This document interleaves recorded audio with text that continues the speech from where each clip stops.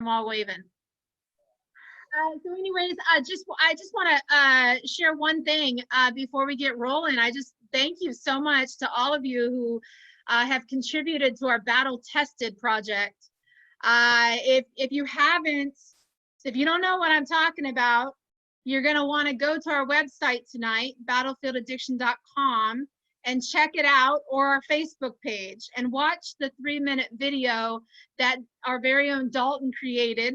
It's pretty cool, but it's a project that we took on a few weeks into this whole COVID stay-at-home deal, and just kind of a way for us to, you know, give back and serve, and, you know, put some good use to our time too.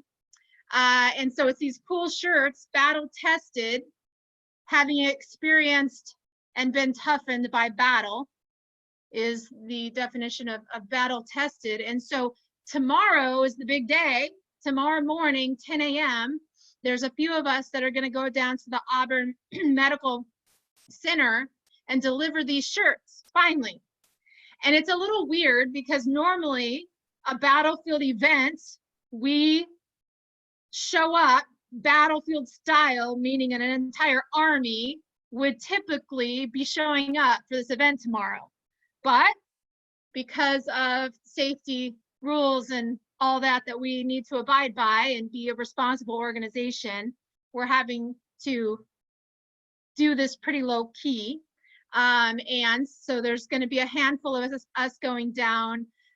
Cassie has really headed up, Cassie at the Big House has really taken ownership of this project and really worked hard putting these things together for us and rallying the troops to help her. So Cassie will be coming with us. Matt has been, she let me know today, he's been a huge help alongside of her, and so he will be coming as well. And then our interim team will be there as well. And and we're gonna be wearing masks and staying 6 feet apart and all that good stuff. But Dalton will be there with his video, and we're going to be able to share the video of this entire project coming to life in the end after this. So we're pretty excited about it. You know, disappointed that everybody can't be there and be part of it, but we will bring it to you, you know, in this creative way. But thank you for all of your contributions. And if you don't know already, you can be part of this by putting in $15 and donating. Your $15 is sponsoring one of those shirts. And when you sponsor one of those shirts, you get your name handwritten on a tag on one of those 500 shirts. And tomorrow when we deliver those to the hospital, to all the health workers, they will have your name on them. And so you can contribute by going to our website tonight if you haven't already, and you can do that tonight. So this will be your last chance between now and 9 a.m. But we hope that people won't wait till last minute in the morning, because that's going to be kind of crazy for Cassie and the crew to get those together. So, you know, by 10 o'clock tonight, it would be really great. So anyway, so that's that. Thank you, all of you. It's been a lot of fun, and we hope it catches. We hope that there's another organization out there that catches on and says, we want to do what Peterson Cheese did, because Lauren McGregor with Peterson Cheese actually sponsored this project. So that allowed us to buy those 500 shirts for these healthcare workers. And so wouldn't it be great if there's another organization out there that catches on and says, you know what, I want to sponsor the next wave. And then we could go deliver to a different hospital. You know, we've done Auburn now after tomorrow, and then we move on to this one. That would be so fantastic.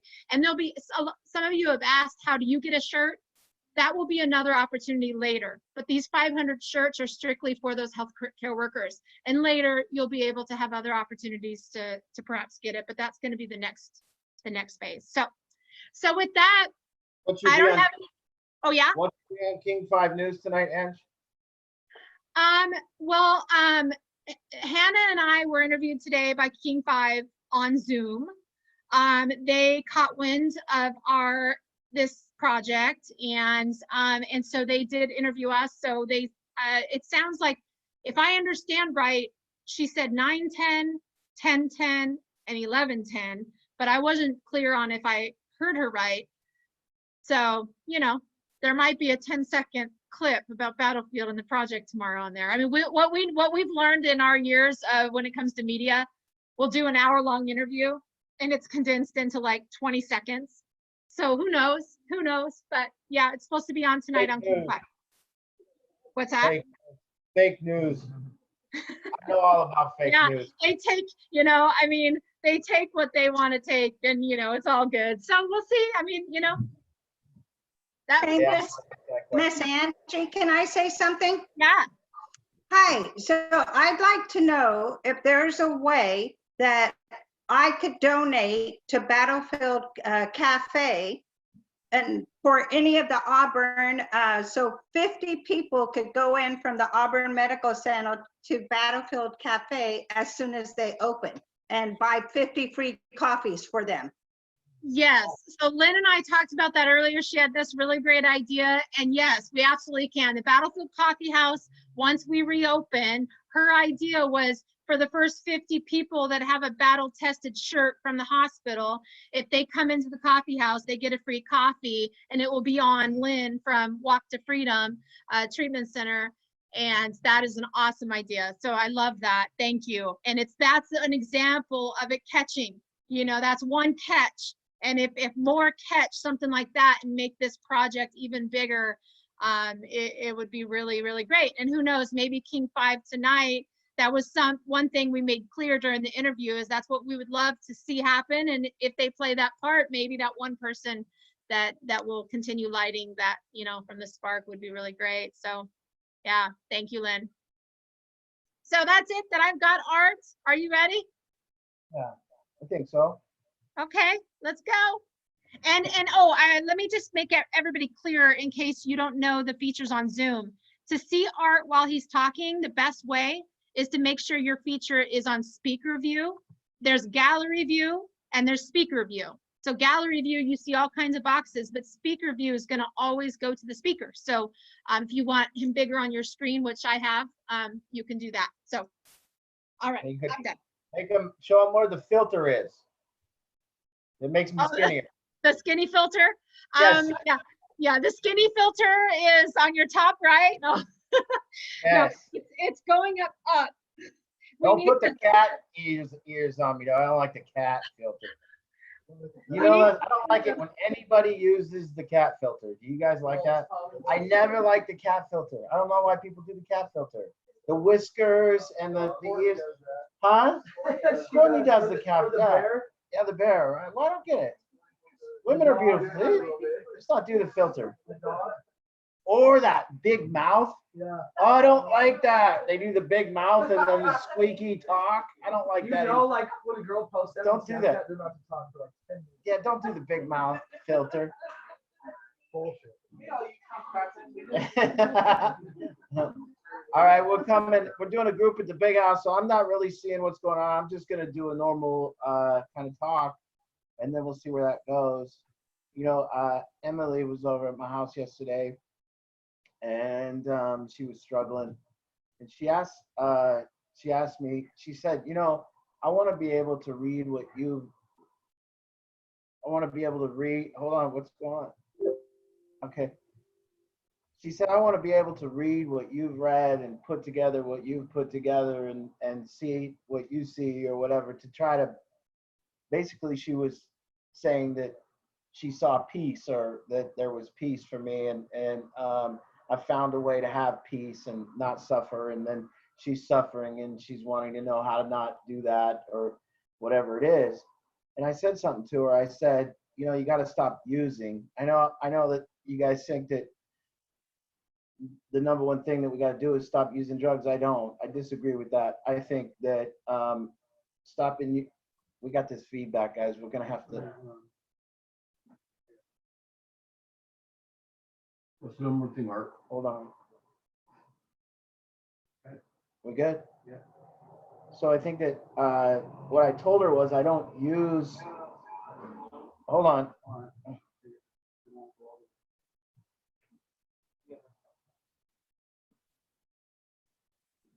And what's that ticking?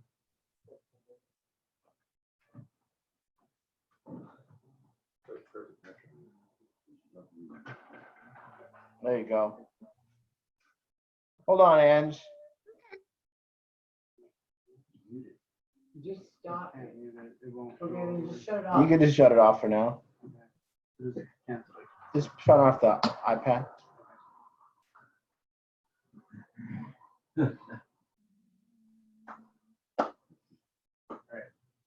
So I think that it's important that after, yes, of course, it seems logical that we would quit doing drugs and our life would get better.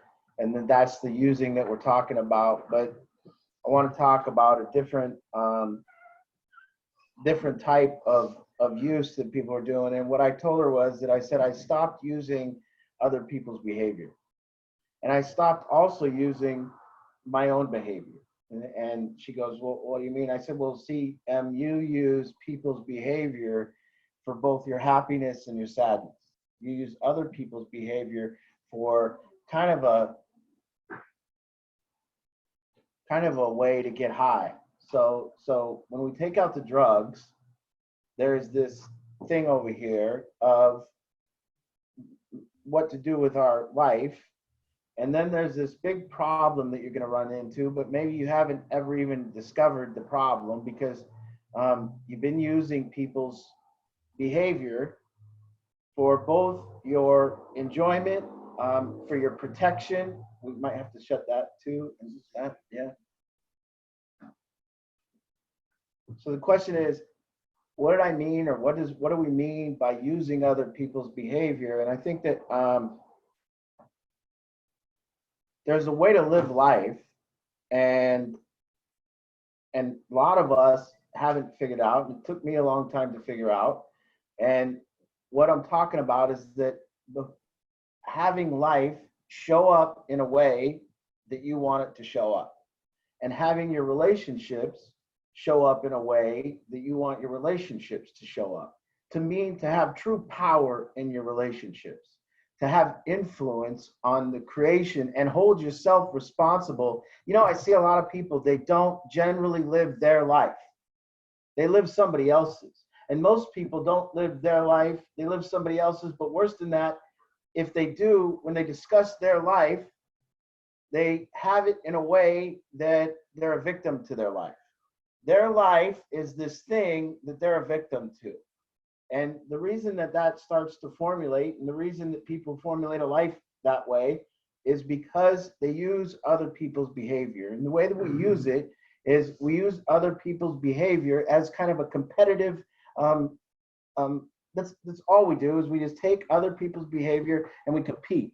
So most of our discussion and most of the language we have in our life, if you were to remove it, or if you were to see, what we're doing is we're discussing the behavior of other people and how it's not showing up the way we want it to show up.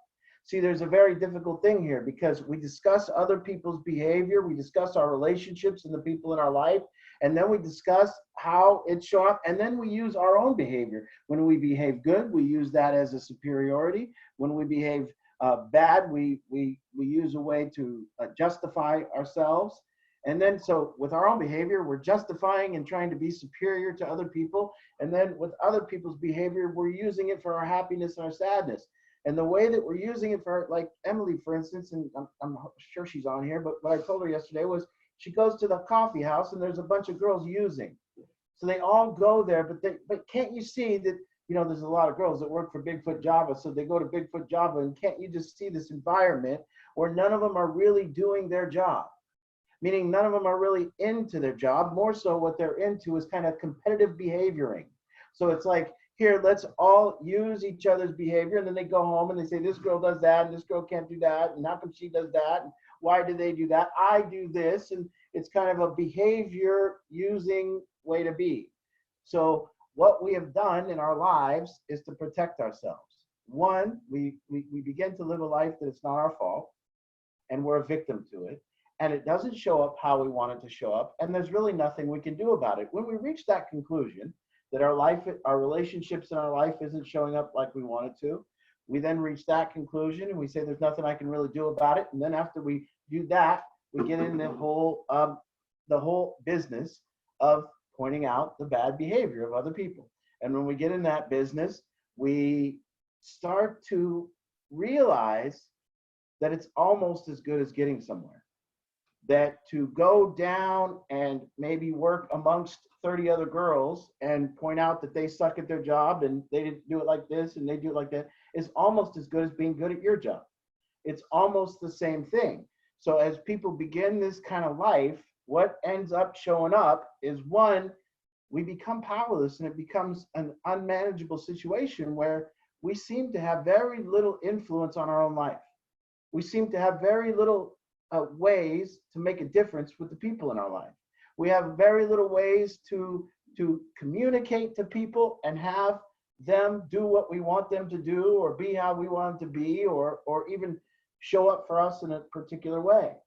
And what protects us, see, is the use of other people's behavior. You know, so you end up hearing saying, I had a talk with Sonia about her father. And then, you know, just to point out what happens, and we all do this with our fathers and our family members, we'll say we don't like the way they behave in some fashion, no matter what it is. And then we'll say, well, you could maybe do something about that. And then there's always something that comes up next. Well, we tried that. Well, we've already talked to them. We've already done something. And then there's just a giving up of that. And it's like this, then that just becomes this constant complaint that we have in our life. There's nothing we can do. It's not showing up how we want it to show up, and we can't make a difference. And so now we just use the complaint to make ourselves feel better or however it is. So the idea that there's something else, the idea that if you remove what I told Emily, if you could remove using other people's behavior, what would be left? If you could, I mean, imagine in our life, if we removed pointing out the bad behavior of others. Imagine if we took that away from ourselves and didn't grant ourselves the freedom to do that all day. So if you took that out, what would you discuss?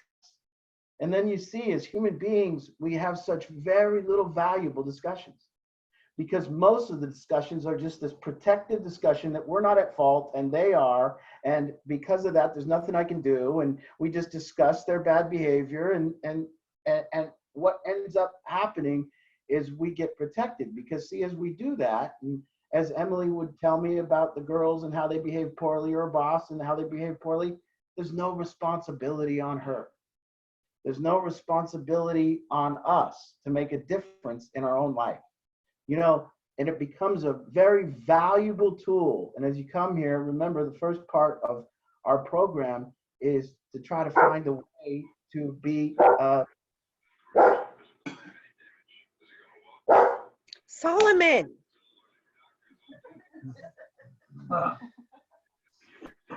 the perils of Zoom.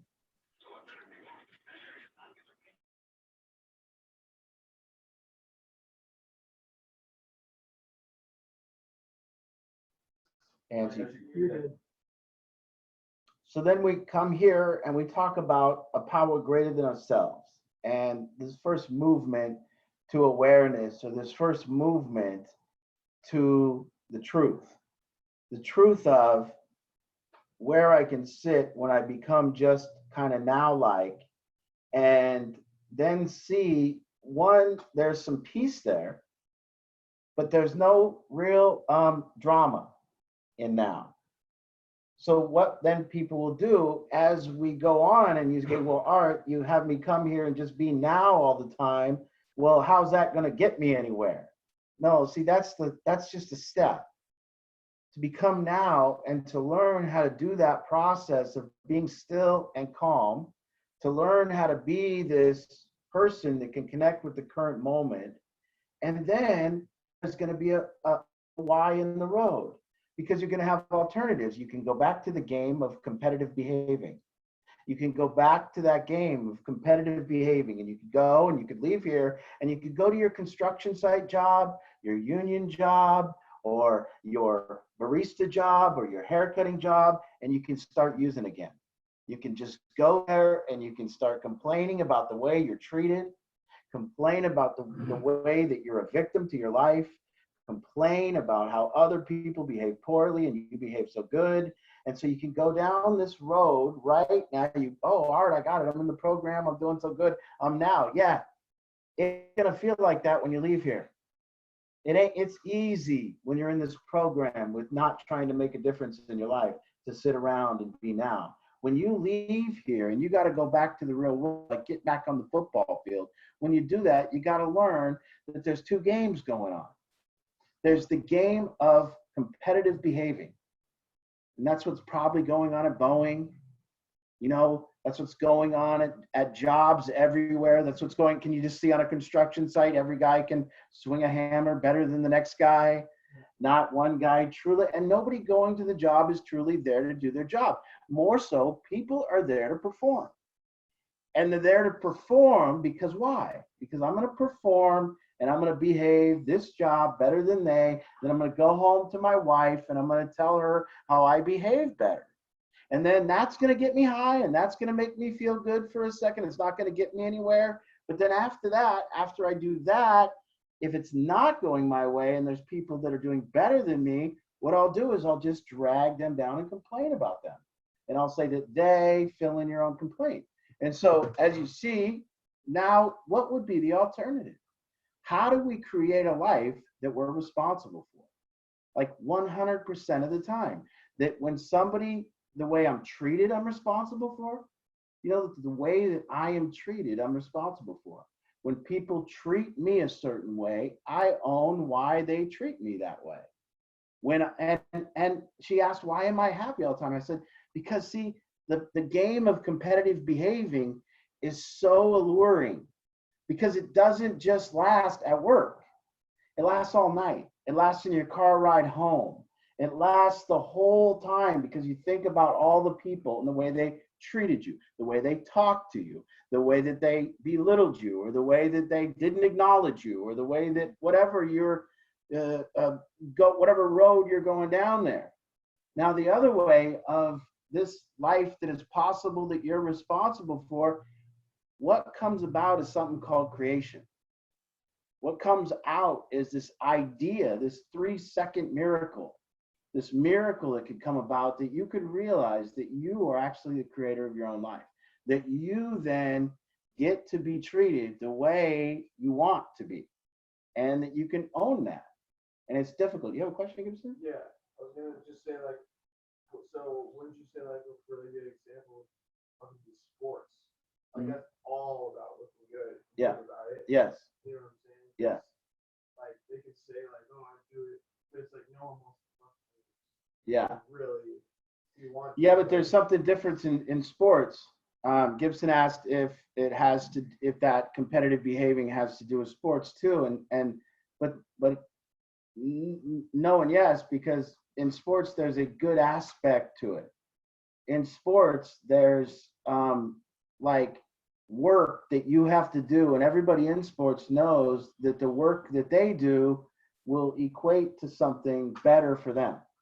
Now, in regular life, people going to Boeing, people have done less than that, like given up. Like imagine you went to Boeing for your first week and you went there exuberant. You went there excited about making a difference. You said, I'm going to go to Boeing and I'm going to really, really be a great employee. But what happens is you figure out the enormity of really trying to make a difference there. And as one would figure that out, they begin to protect themselves with the complaints. And as they protect themselves with the complaints, their life is no longer their life. Now, this isn't allowed for in sports because you're going to get on the field and be exposed very quickly. You're not doing the work. So the difference in this is this, and by the way, guys, it isn't everywhere. You know that there's different classes of people and there's different environments. And sometimes this kind of using other people's behavior in a competitive thing, yes, it's persistent always, but in more successful, high affluent places, people don't have the same amount of time to do it, and it doesn't make them feel as good.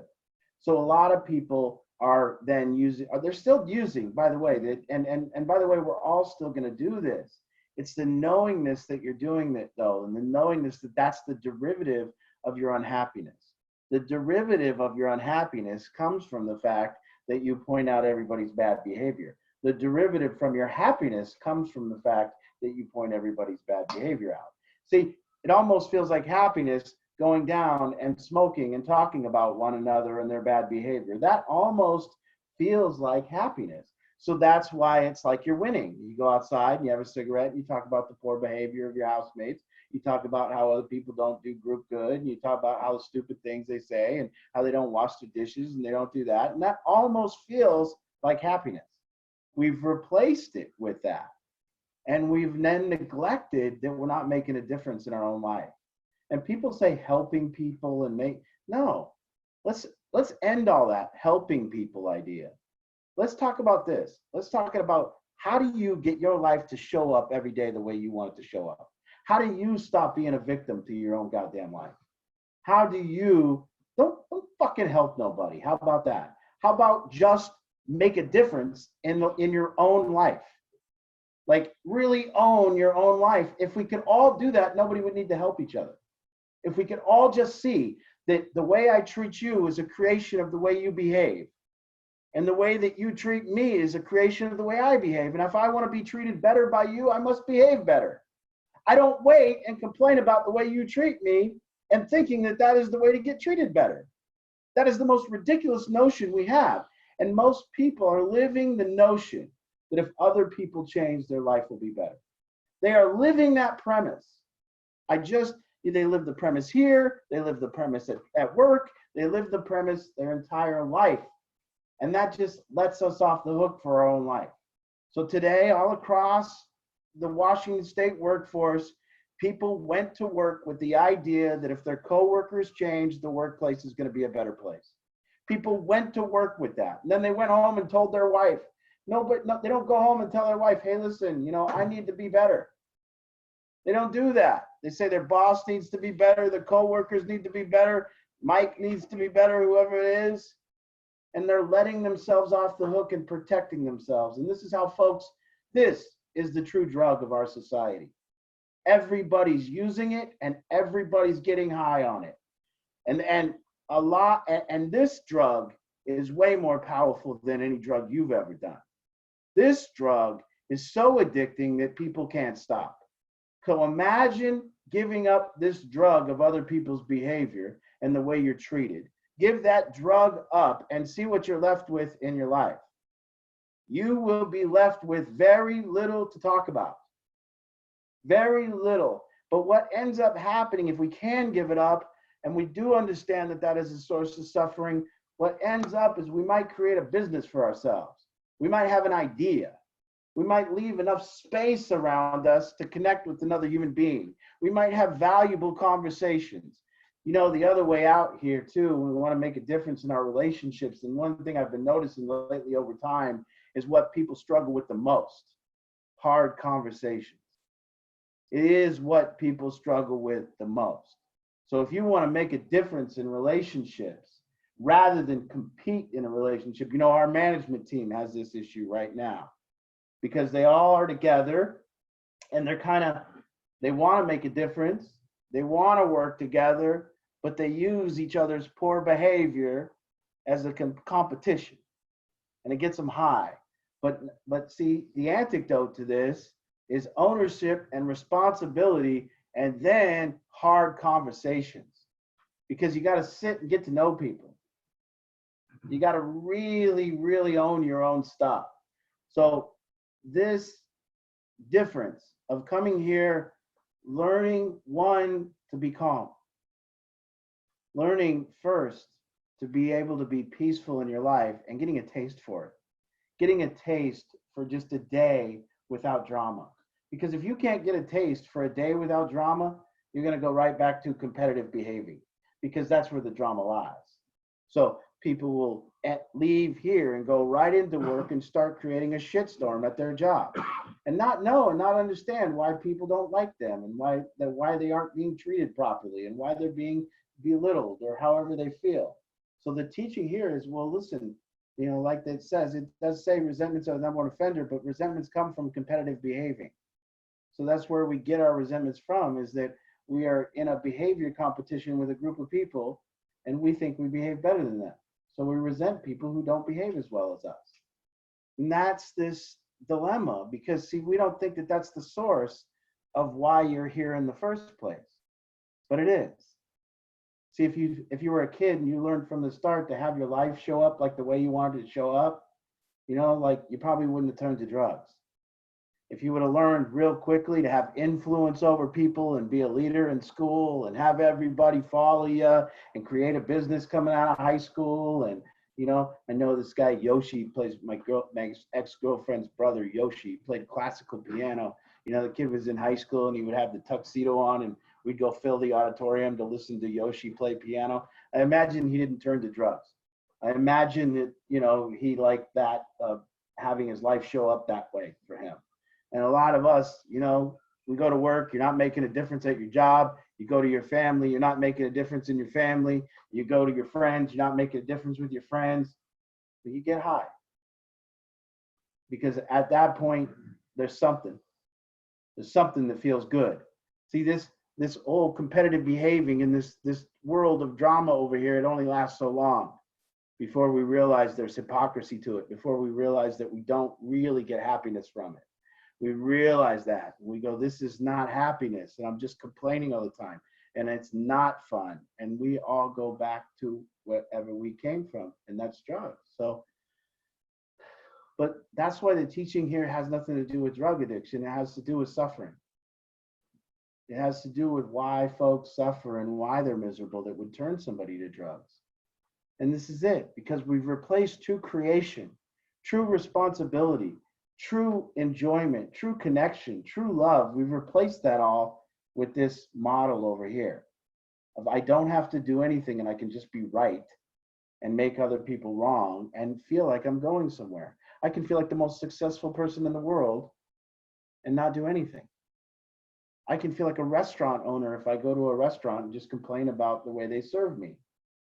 Because see, when I go to a restaurant, complain about the way they serve me, what I'm really suggesting is that I would do it better as a restaurant owner. So that's the suggestion. See, if it were my restaurant, and if you come here and complain about the way I do treatment, you could just become a treatment center owner. You could just say something like, Art don't know shit about doing treatment. Oh, now that makes it so you do. You see, people can be better than Trump. They can just complain about Trump and now they're a better president. That's what they're saying. I would be better than Trump. Well, might be true. I don't know. Might be nicer. I don't know if we'd be better. I don't know. Right? So here we are.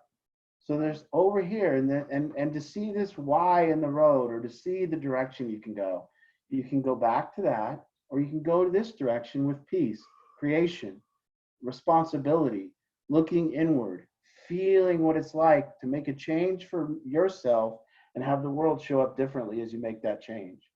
Feeling what it's like to want respect. So you actually, because you want more respect, you actually learn to behave better. And as you learn to behave better, you see that you get more respect. You know, people don't usually like that model. Hey, Scott. What people like to do to get more respect is they say something really profound. They tell people they should respect them more. That's what people do. They want more respect, so they go, you guys should respect me for it, which automatically diminishes the respect, which automatically makes people go, no, I don't respect you more. But very few people go, have this idea in their head that they should be getting more respect, and then go, how could I change? I need to get more respect. That's very few people will go through that process. So this is the type of world that's available to us when we give up this other world. When we give up this over-dramatized, pointing out how people drive, how they pour the cup, how they wash a dish, how they smoke a cigarette, how they talk in group, how they make their bed, how they whatever. When we give that up, because we truly see the truth that that's not the result, that's not how happiness is formed. And we start to begin to get responsible for the showing up of our own life. And look, guys, this is not your life. This right now isn't your life. It isn't. This is a life that you're a victim to, that you have to do. It's not for all, but as you go into this process, you see that you might have showed up here as a victim to your own life. And you might leave here not that way. You might leave here with an understanding that you're not a victim to your own life. You're the creator of your own life. That you, and I'm sorry it's a tough pill to swallow, But if you want to improve anything, you must improve. It is a very tough pill for people to swallow. Because really, people think to improve a situation, complaining is the way to go. And they have learned that that is the way to do things. So you see, people must think it works because that's what they do. It absolutely 100% fails every time, but yet it makes us feel superior to that which we're complaining about. So it's this beautiful system where we get nowhere. We don't make a difference in our life. We don't create. We don't have business ideas. We don't have fun. We don't wake up.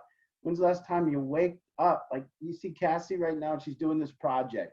See, that's the kind of life that when you wake, you get pulled out of bed by your ideas.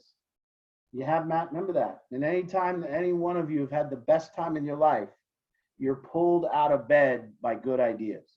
You're excited to wake up and put those ideas into play. You're excited to wake up and tell somebody about the idea. And that's the life. A lot of us are waking up to our complaints. A lot of us are waking up to our life that we're a victim to, that we have to do. So that's this total switch, but it starts with getting enough calmness and peace to gain some clarity about what's actually going on. And then I will tell you that there will be a Y in the road and you can make a change. You can either go this way and go back to the normal humdrum petty pace of life, complain about your life that you're a victim to, or you can learn to create. You can learn to go over here and make a difference in the lives of people. And when you go over here, it's tough stuff, man. It's humility, and it's, hold on, I'll get you after this. It's humility, it's acknowledgement, it's learning that you need to have a conversation with people, that whenever you're gonna have a difficult conversation, you know what the first thing you need to consider when you're gonna have a difficult conversation? The first thing to consider, approach. So now you must have a difficult conversation with somebody, but you're sitting there calmly and you're thinking, how do I approach this? See, that's genius. Now see, we have conversations that we don't think that through. We don't say, how do I approach this conversation? We have conversations that we want to go yell at somebody. We want to tell them about themselves. We want to knock them down. We want to belittle them. There's no such thing as an approach there. We just want to call somebody and complain about the way they're being. See, but when we really want to make a difference in the life of anybody else, we have to approach them. And as we approach them and have that conversation, it's tough stuff because you actually got to get to know what they're going through. You know, and believe me, I'm not here saying that I'm the great approach master and every conversation I do is great and I don't do competitive behaving and that I've moved up. No, I just know the truth. When I want to be happy, I go over here. When I want to be miserable, I'm over here. That's just the truth. And I'm just a drug user too, and I'm a behavior user too. I don't tell you, but I dabble in it now when I used to be addicted to it. Now I socially competitive. I socially do it, you know, just for fun, but I know it's not real. Kind of gives us some relief from ourselves. That's right. Okay, we're gonna go in, open it up to questions and comments. Ange, you want to go ahead and start with the people on there? Yeah. So there's a few, Unmuted. there are We people. got to mute everyone. Okay, hold on. Mute all. And let me find Art again. Let's see, Art was the big house. Is that you, Art? Yep, Art's the big house. Okay, very good. Is Sandra?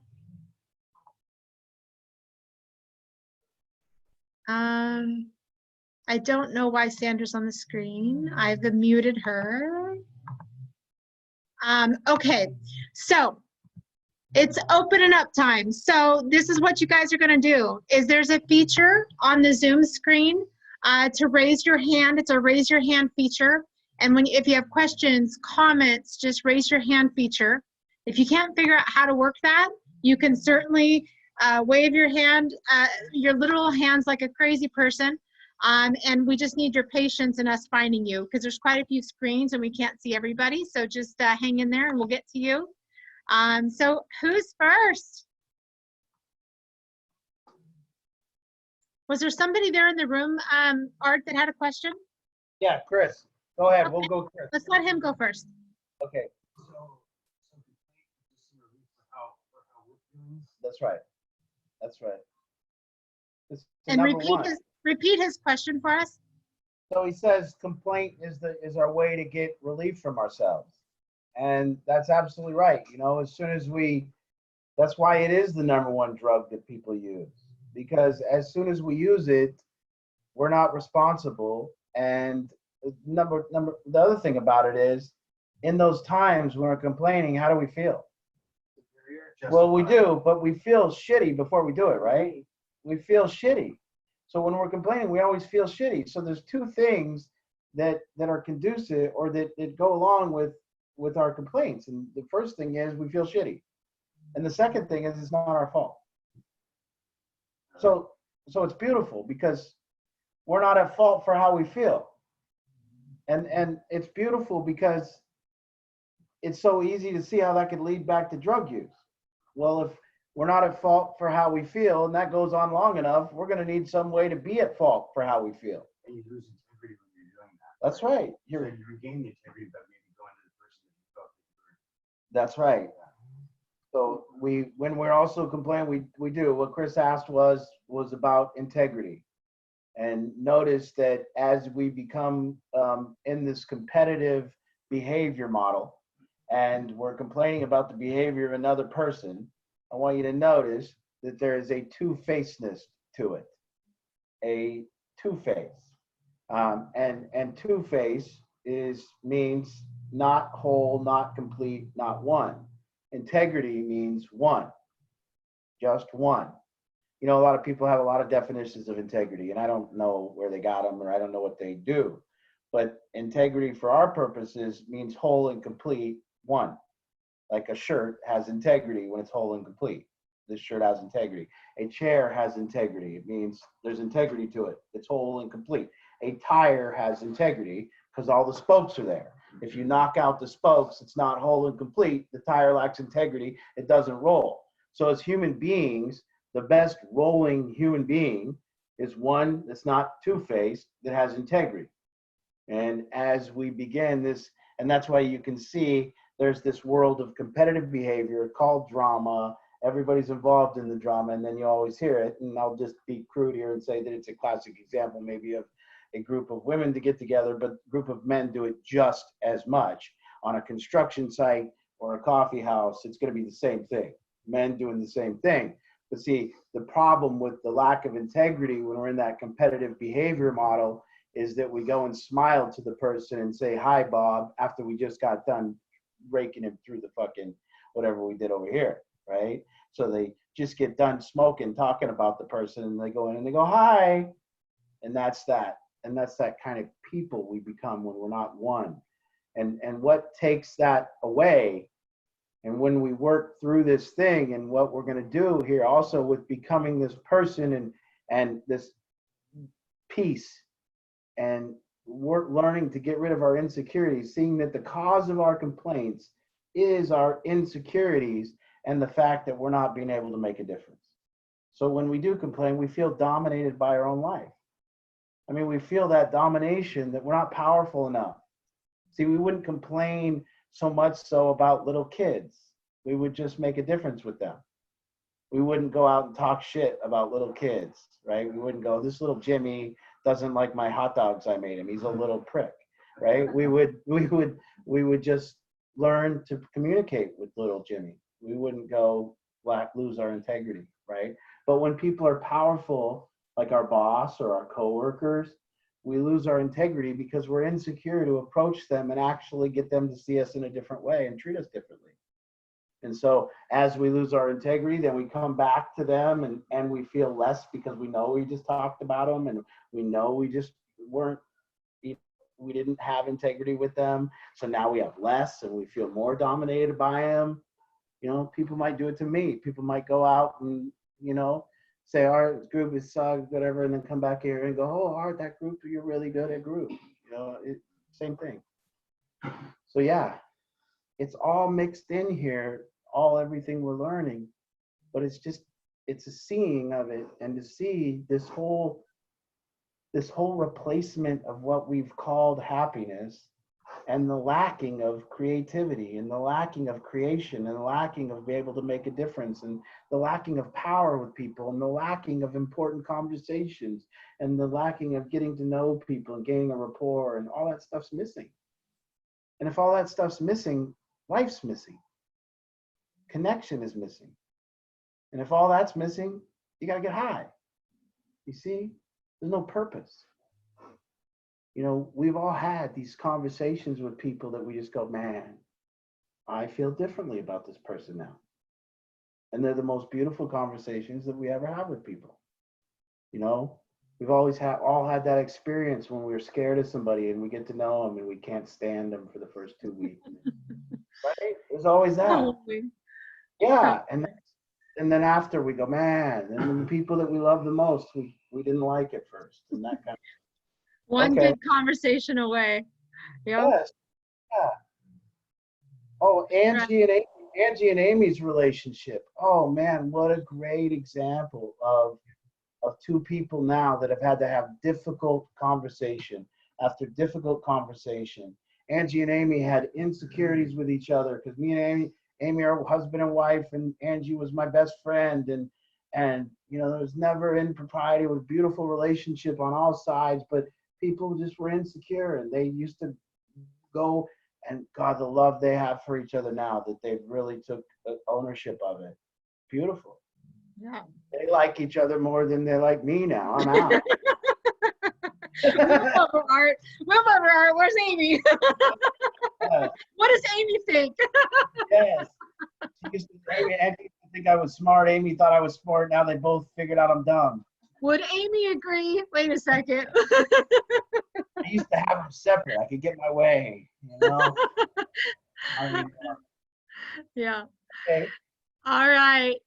All right. Let's Remember, they can ask any question. If they yes, need let's get some interaction. This is And your new people, if we got new people.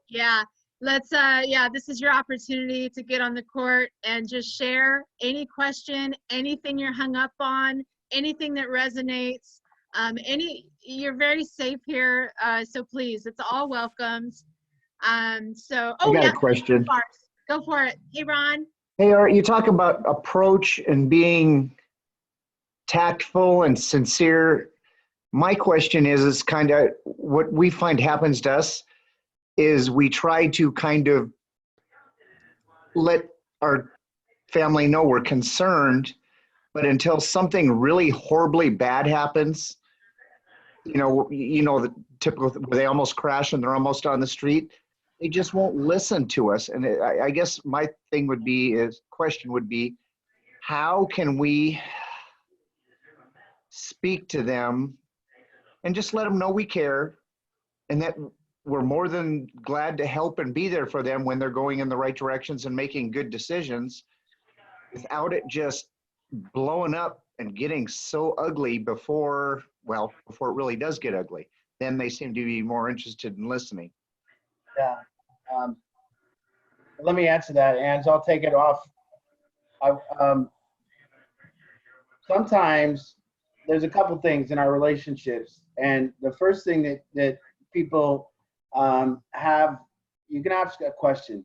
When you're in a relationship with somebody, I want you to look a little deeper, and there might be a chance that you're not in a relationship, you're in a game.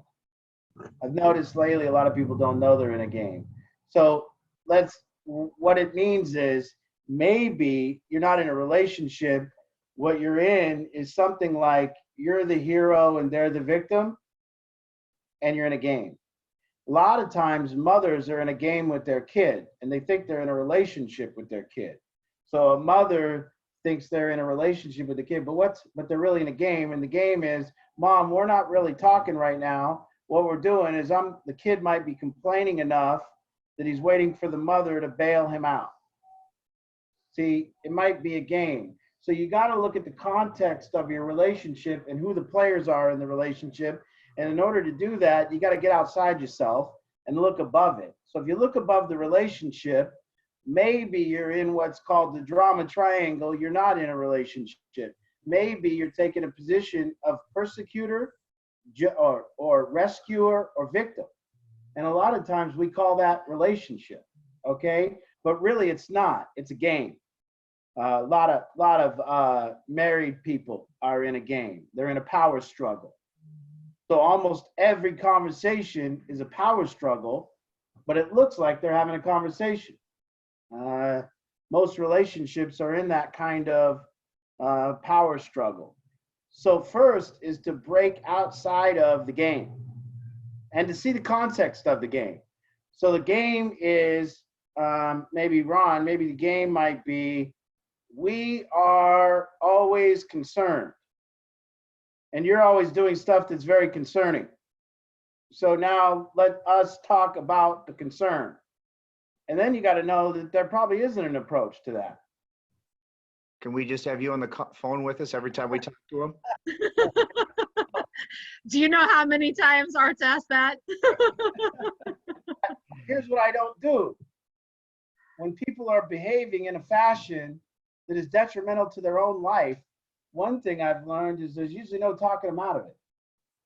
And when I do become a person that tries to talk them out of it, I end up being the enemy. And there's not really, and the conversation, when somebody is behaving in a fashion that is detrimental to their own life, and you're trying to have a conversation with them about that, the conversations become very circular. Like no matter where they start, they circle back around to the same point you started, and you start feeling yourself like turning crazy. So I don't really generally, when we're talking about these approaches and these conversations, there's timing in our life for these things. They're seeing the way another person in the direction they're heading, and they're seeing where a person's at. But no, I generally do not have conversations with people when they're doing behaviors that are detriment to their own life, because that's like a train, and you don't usually get on those tracks and stop the train. You just let the train go. I don't know. Yeah. In my life, when I've been doing detrimental behavior to my own life, and nobody could talk me out of it.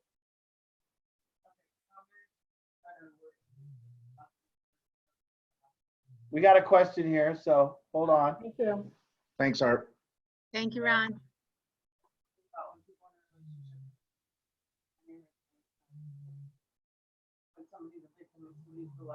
Hero or persecutor. All right, so one, is that possible for switching comments? That's a great question. Absolutely. Can you repeat it? I will. That type of relationship, if it's gone past a certain point, like maybe past a certain amount of time, like there's so much is going on and there's so much like not bad, but just so much crap in the past, how is that? I mean, it's anything's possible, right? So how can you fix that? Okay, great. Two great questions. So really great questions she asked. The first one was, when you see, we're talking about, and basically I'm just talking about Cartman's triangle. It's just a drama triangle. It's a triangle of self. It's what the self does in relationships. And in this three-pronged triangle, it's what the notion is, or the theory is that in a relationship, a lot of sick relationships and a lot of normal relationships too, each player takes a position to start with.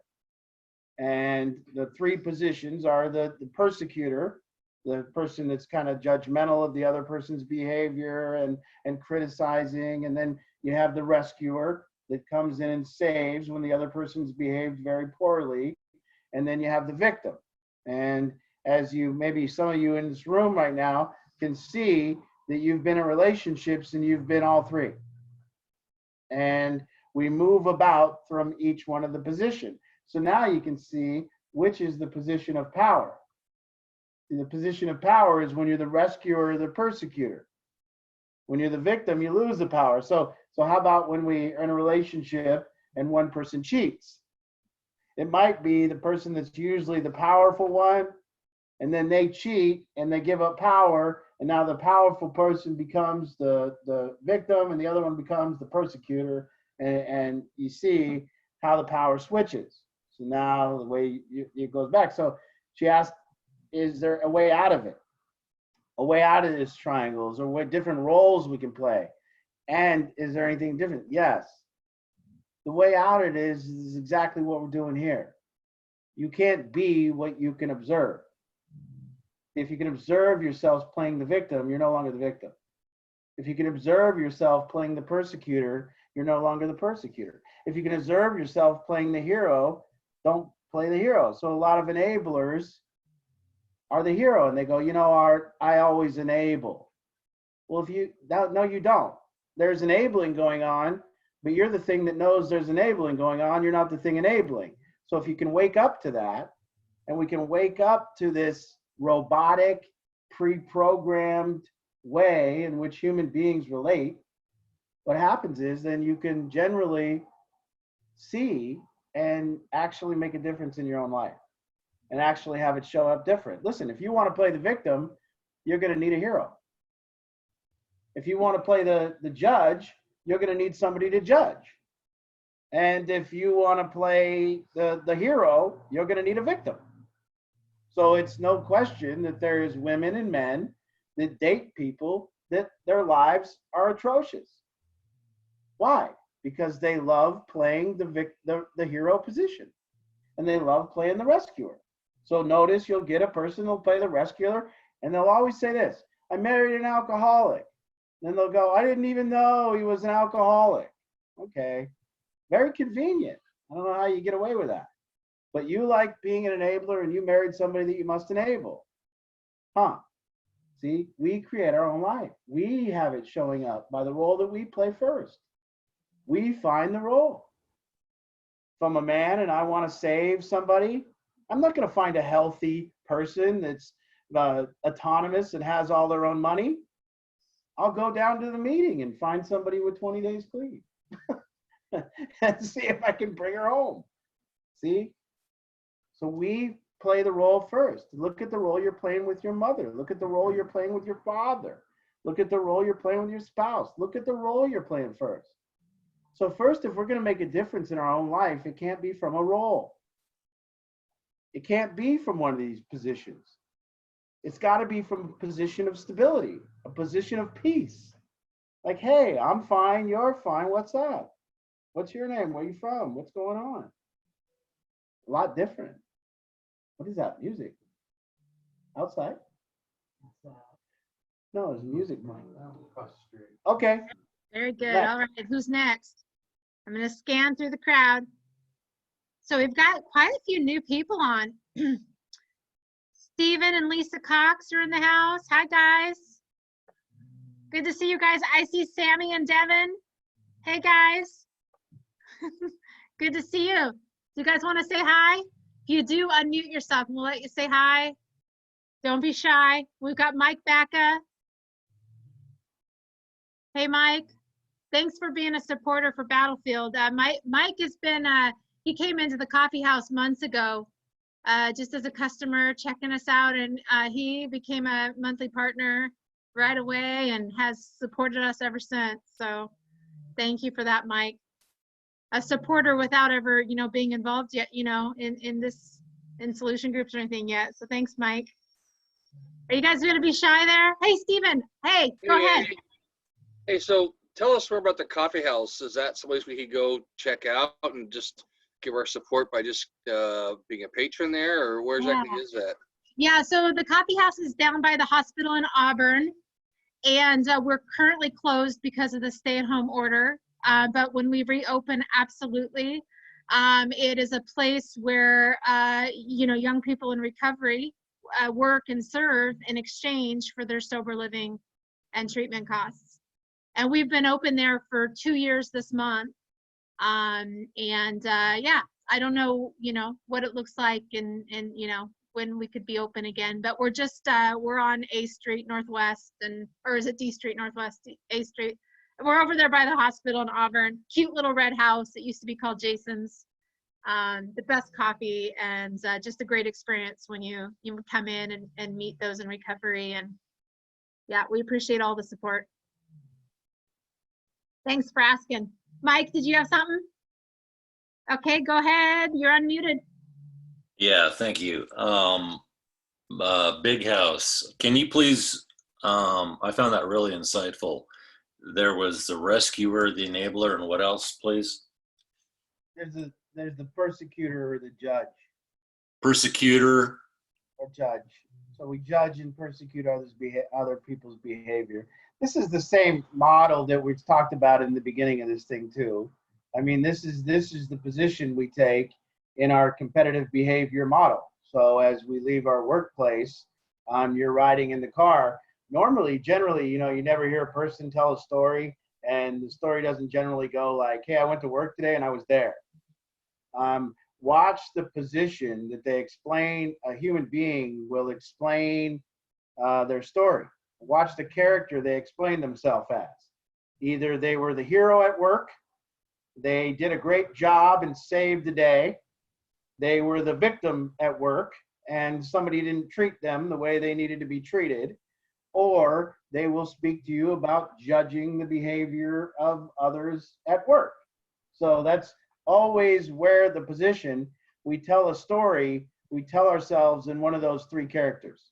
We always do that. You never hear, very rarely do you hear, "I went to the beach, it was nice, I was there." It's not a good story. Very boring. You don't hear, "I went to Black Angus and had dinner and I was there. I had dinner." You hear, "I went to Black Angus and boy, they didn't bring my food on time and the waitress didn't, oh, these people, I can't believe people are a waitress, and the other patrons, they don't tip very good and I tip better than them." You should see the tip I left. The tip I left was just huge. See? So that's it. And really it's baffling how this isn't what we learn as a young human. Instead, we learn, and we don't learn this, and then we just play these roles for our entire life, not even knowing the context of all of our relationships has to do with these three roles. But good question. Yeah. Thank It's you, just, Mike. judge, hero, victim, whatever it is. All right. Who else we got? I'm When you see it to scrolling. be, Hey, Bill Quarters in the house. Sonia, the Guadalupes are here. The Line Gangs are here. I saw Aaron and Mark as well. The Valalas, Jackie Hopkins is in the house. Oh, so many of you. Come on, you guys. Come on. What are your thoughts? Denise Hetland in the house. Debbie Peterson. Hey. Nice. First time I've seen your face on here. You usually probably have your camera off, but it's great to see your face. Okay, next time. All right. Oh, there we go. Bertie and Steve, I'm coming to you. There we go. Got it. Hey, guys. Hi. Hey, Hey, guys. Art, when you're in that triad with the persecutor and the victim and all that kind of stuff, can you talk about the energy? There's a jazziness of energy that flows there, and it seems to me, I'm kind of starting to get it. But when you finally get into the now and relax and kind of let yourself calm, there's a different kind of energy you pick up when you're not in the I don't know what it is, the drama of the triad stuff. It's a different kind of energy, I think. Can you talk about that? Yes. I think it's gravitational pull. I think generally we don't know that people aren't in these roles, but we do know when we see something extraordinary in people we want to be around.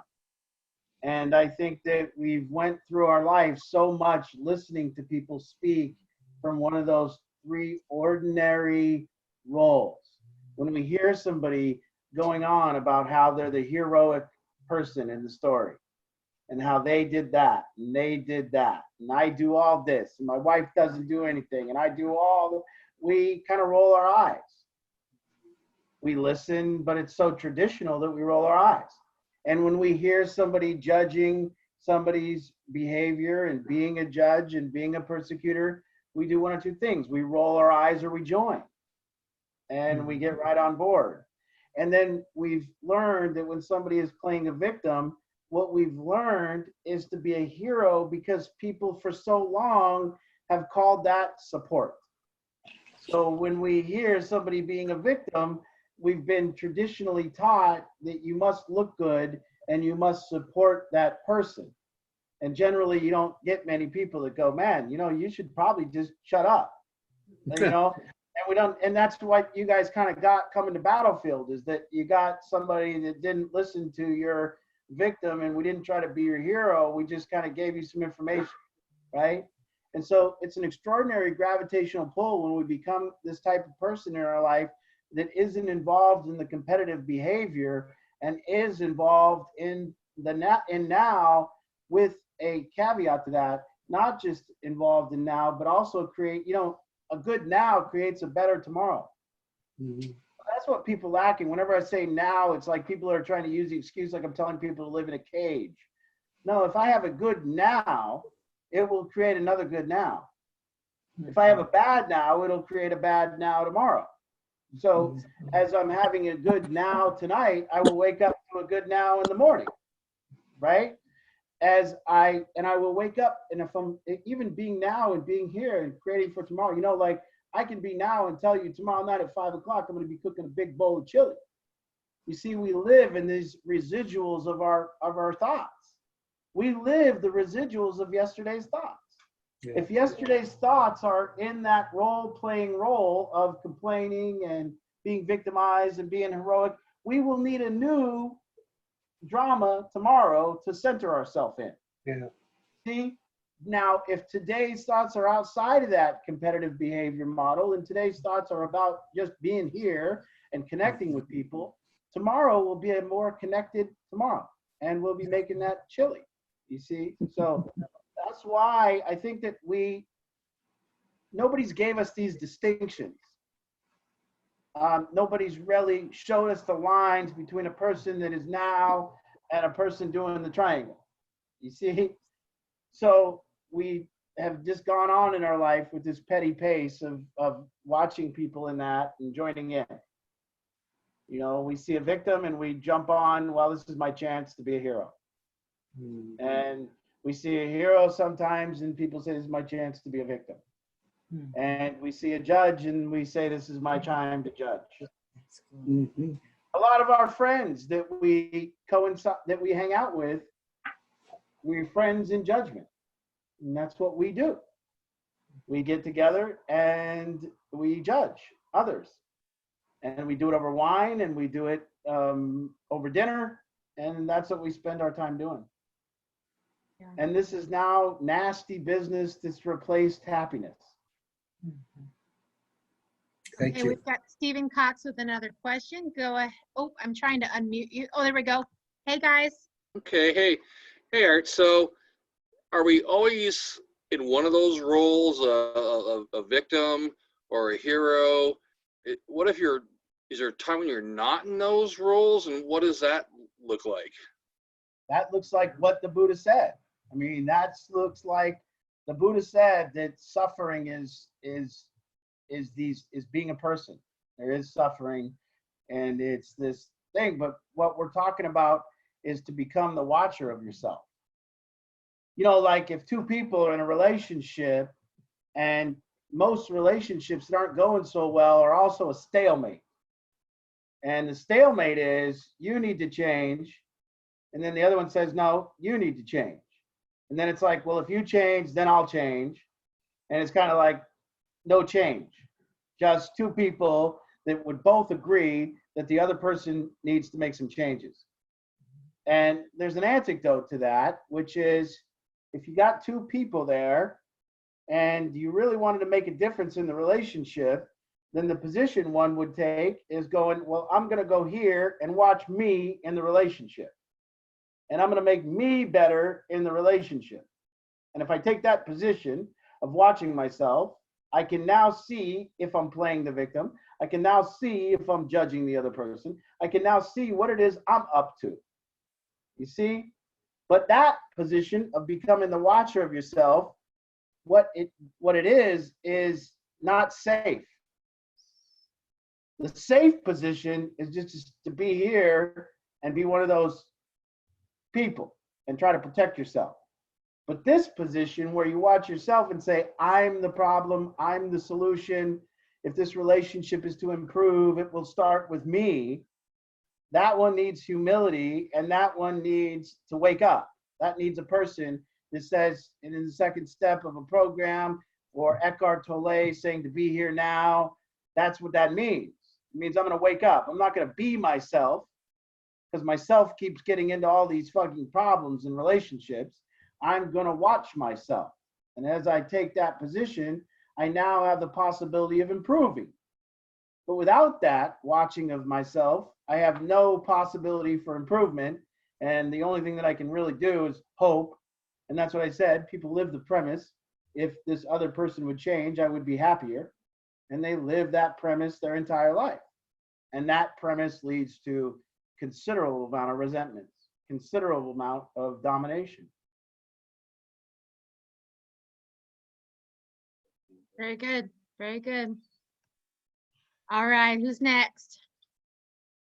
Hold on. We'll get you. Somebody might have a burning desire to ask a question that they needed answered too. I don't know, about their kid or something. Yeah, that's fine too. Anybody needing a coaching moment?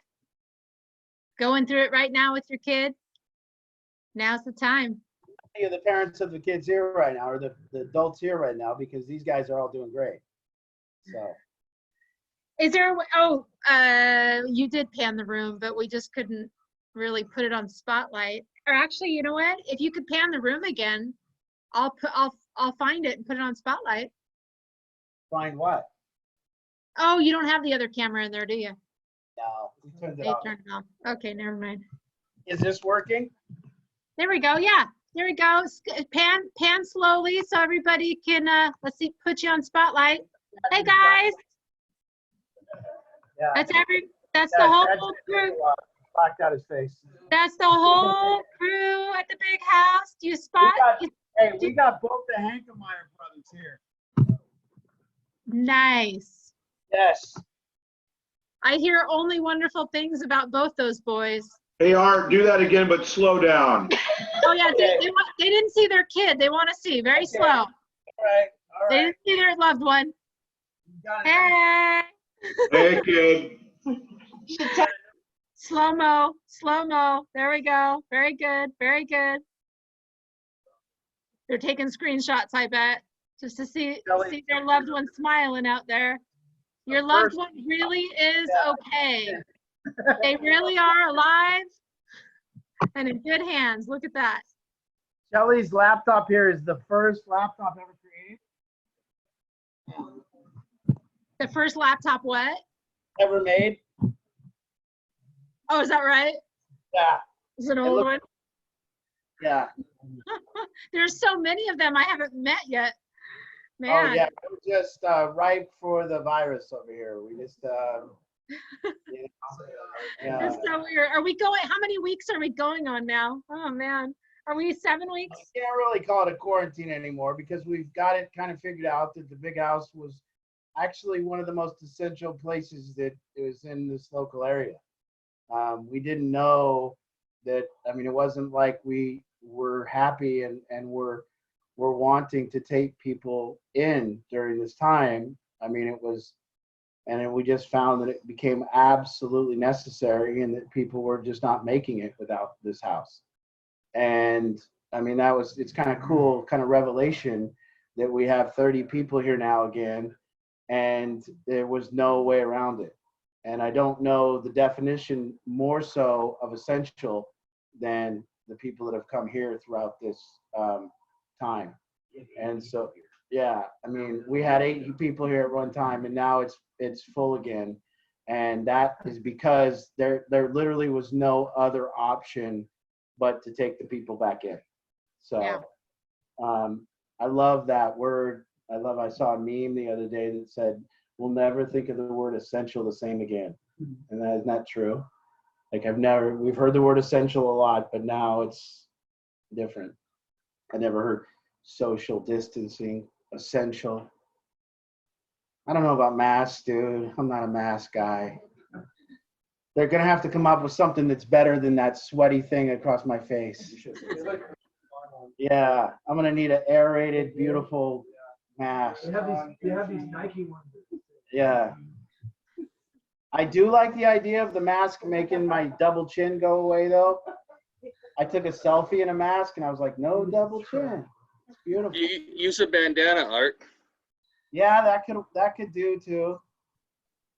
I just don't know. I don't generally hear anybody say don't touch your face anymore, so I've been touching my face a lot again. You know, I never stopped. I got to be honest. I didn't even reduce. That's true. That's very true. I was gonna say, you didn't stop. Yeah. It's a I haven't habit. generally increased my hand washing very much. Not. I don't know. I wish I could say I was better at it. I'm just not. I got to be honest. Bill, do you have a question? Do you have a comment? Oh, okay, let me try to unmute you. Oh, it won't let, oh, what's going on? It won't let me unmute you. You gotta unmute yourself. Ever since Zoom and this mute process, I was just wondering. I wish we just had that in real life. Oh wait, let me unmute you. You'd like to talk? Okay, you're muted now. Yes. Okay, Bill, go ahead. I'm good. Well, Art, I'd like to say at least you got more of a captive group right now. I do. I've got him literally. It's like a hostage situation. And also, Yes. I'm thrilled with the things you've had to say tonight. I was looking at, and this is what I wanted to say, is that Self has all this experience and wants to teach it. But I think it comes out a judging hero, Yeah. wanting to be a hero, but judging at the same time. How do you do it? I missed the first part of it, Bill. What did you say that what has all this stuff that it wants to teach? Self Self? has all the experience Yes. Yeah. and wants to teach it to other people when they get a chance. And then a lot of times it comes out judgmental. And so, you know, and what I wanted to say is that you brought that to mind for myself. That's a profound question. It's true. That fine line between a teacher and the judge.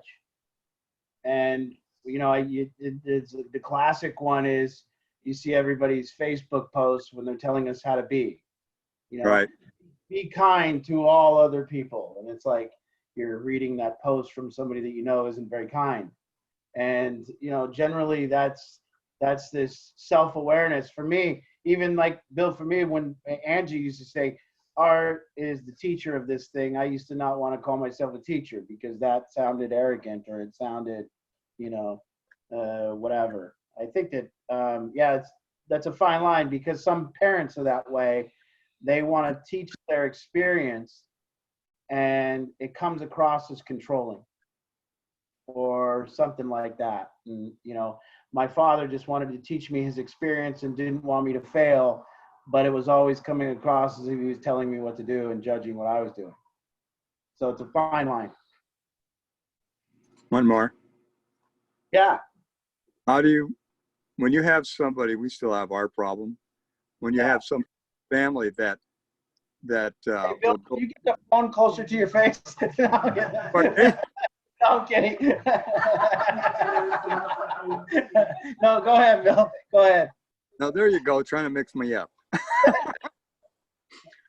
You have somebody in your family that constantly, Yes. this is every place he lives, does all this stuff, and then dries out for a couple of months, and then goes back to using. And then if she does go to treatment, she tries to tell the staff what's what, that she knows everything. Yeah. How do you get around that? They know everything. You don't know anything. That's right. How do you get around the fact that when an addict says they know everything when they're in treatment and or not in treatment, and you don't know anything? Yeah. Let me answer that. Okay. It's the way we say it. A lot of it comes across in tone. You know, this addict that I'm working with goes to treatment a lot, and the difficulty with that is that they think they know a lot in the treatment, and we can't really get them to engage in treatment. You see how I said that? And that's a factual story. But the way that most people say it is kind of different than that. You know, they go to treatment all the time and they think they know everything. They think they're smarter than everybody.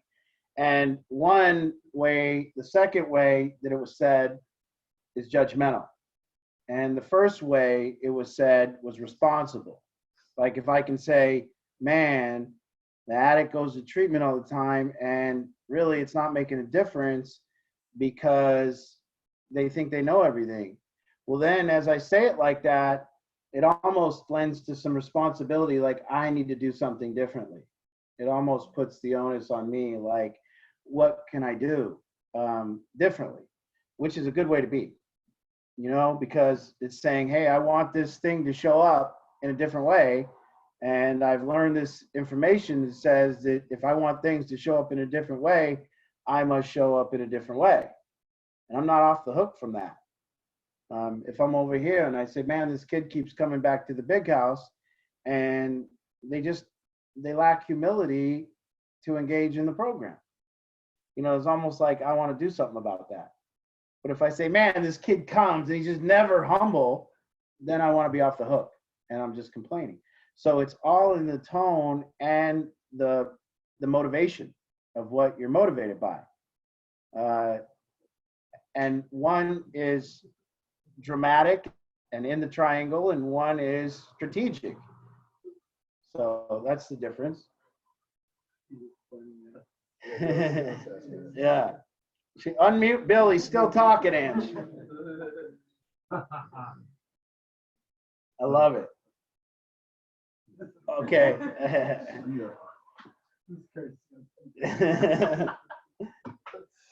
Bill, we can't hear you. Yeah. Yeah, I love that part. Yeah. Reminds me when we had MD in the group room, We and can't hear you, Angie. we can't hear anybody over here. Okay, Okay, there you go, Bill. what I was trying to say is that I'm trying to speak louder for you to hear me, and I guess it's not coming through the way I do. So, and I know what you mean about inflections or whatever, you know, the tone of your voice, because that everybody has that little bit of problem at times unless they train themselves to be differently. That's right. Yeah. That's right. I appreciate That's right. Okay, Ange? Can't hear you, Ange. Where's Angie? Angie's up there talking. Oh, Oh, hey, hey, What were you Kristen, doing? Kristen's up. Okay. Okay, so I just want to tell all you guys about a campaign that we're doing, and I'm going to see if this works right now. Share my screen. No, it doesn't.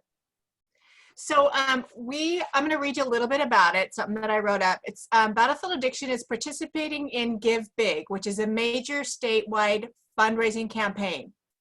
So our page is open right now, and we're supposed to be able to give you a landing, you know, the website for it, but we can't seem to figure out how to do that. So we'll put that on the Families Battle and Battlefield Addiction.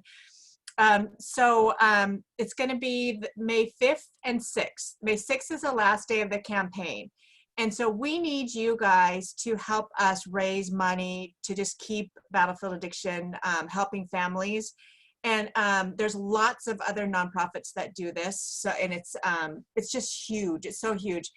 When we can, we'll get you our profile page, and you'll be able to. It's called Give Big, and you'll be able to see all the different nonprofits that are in on this. So, and everyone statewide looks at it. All businesses and individuals like you guys. We're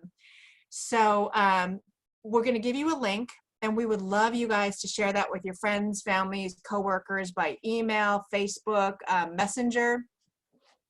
And what you can do is, like, if you write an email, you can put like maybe a little bit of your story, or my story, anybody's story that might touch someone's heart and might ignite them to just go, oh, that's pretty cool.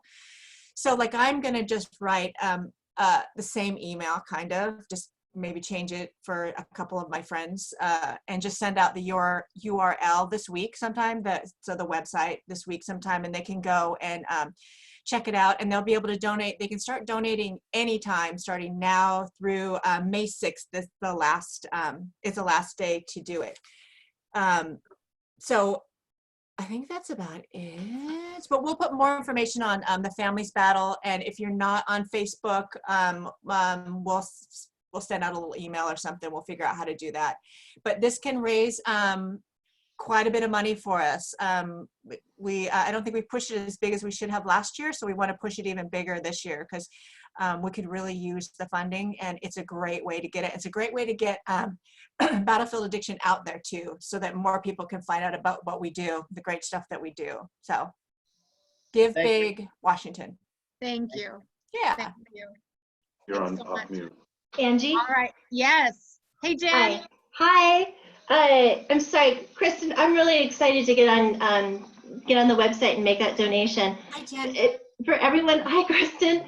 The URL it's just givebigwa.org, and you can search for Battlefield Addiction. Thank Or you. even just put in Battlefield and it will pop up. Okay, so it's Cool. givebigwa.org.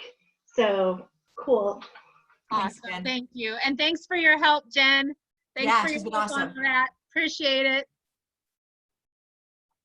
All right. So do we have one last, Lynn? Okay, we got one last thing here before we wrap it up. Can I unmute you? I can't unmute you, so go ahead and unmute yourself, Lynn. There, oh, there, Okay. oh, I have a question on that. For the nonprofit organizations, are you LinkedIn, Battlefield LinkedIn with Costco, where we can give a certain percentage? oh, you got muted. You're muted. Oops. you Sorry, got- my battery's going real low. Sorry. Yes, Can we link in with any of those other organizations, nonprofits, so they get a percentage, Battlefield gets a percentage of what we spend at all those organizations?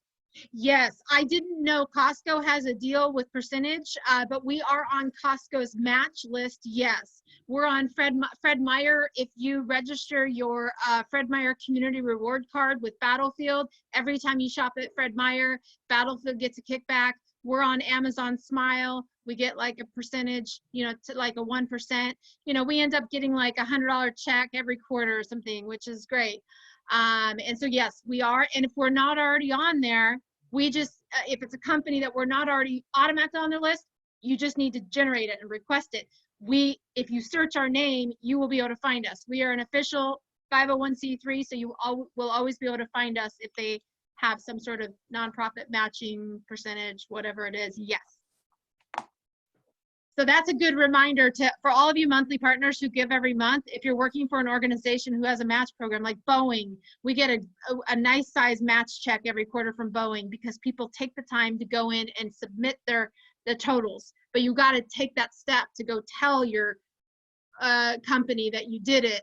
And so we appreciate all of you who take the time to do that. If your company has a matching, please, that makes a huge difference. Huge. So thanks, guys. Appreciate it. All right. Any last thoughts that you want to wrap up with, Arts? No, I Hello? Oops. Oh, hey, Debbie. Did you have something? Hi. Yeah, I just wanted to say hi, and hi, Jen, love you, and Jeff, I think he's there too. And this was awesome. This is my first time on here, and I got on. I'm so excited. It was great. I like Art's hat. What? I don't So like glad you got on too, Debbie. Huh? So glad you got on as well. Thank you. Yes, I am too. Thank We're you. here every Tuesday, 7 o'clock. Got Same it. time, same place. Same There's password, same link, all that. All There's right. a lot of brothers and sisters in the program now. Jeff's sister's here, Scott's brother's here. We've got Mike, Ashlita who did the program, her sister's here. It's great, man. Nice.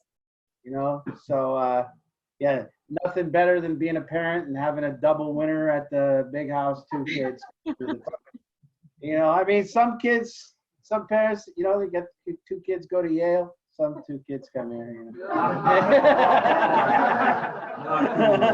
Hey, I think this is better than Yale. Personally, I think this is better. I think you'll learn more here about real life than anywhere else. So. All right. Thank you all. Thanks for the good night. Thank you. This See was you next great. week. Thanks so much, guys. We'll keep you posted on Project Battle Tested. We'll keep you posted on Facebook and our website. So keep an eye, and we'll see you here next Tuesday. Same time, same place. I'm going to unmute everybody while everybody's hanging up because that's so fun. Bye. Bye. Good job, Art. Thanks, Andy. Look at that hat, Art. Hi, Hannah. Bye, Jen. everybody. See you next Hey, week. Hannah. Bye, Birdie. Bye, guys. Albert, too. Boys. Bye, Sammy. Bye, Elliot. Bye, Steve. Bye, Lisa. Bye, Al. Take care. Bye, I Steve. love the doggies. Don't lose that hat, Art. Bye, Roxy's dad. Bye, Jen. Bye, Jen. Yeah. Bye. Janelle. Don't lose that hat, Art. Bye, Birdie. Bye, guys. Bye,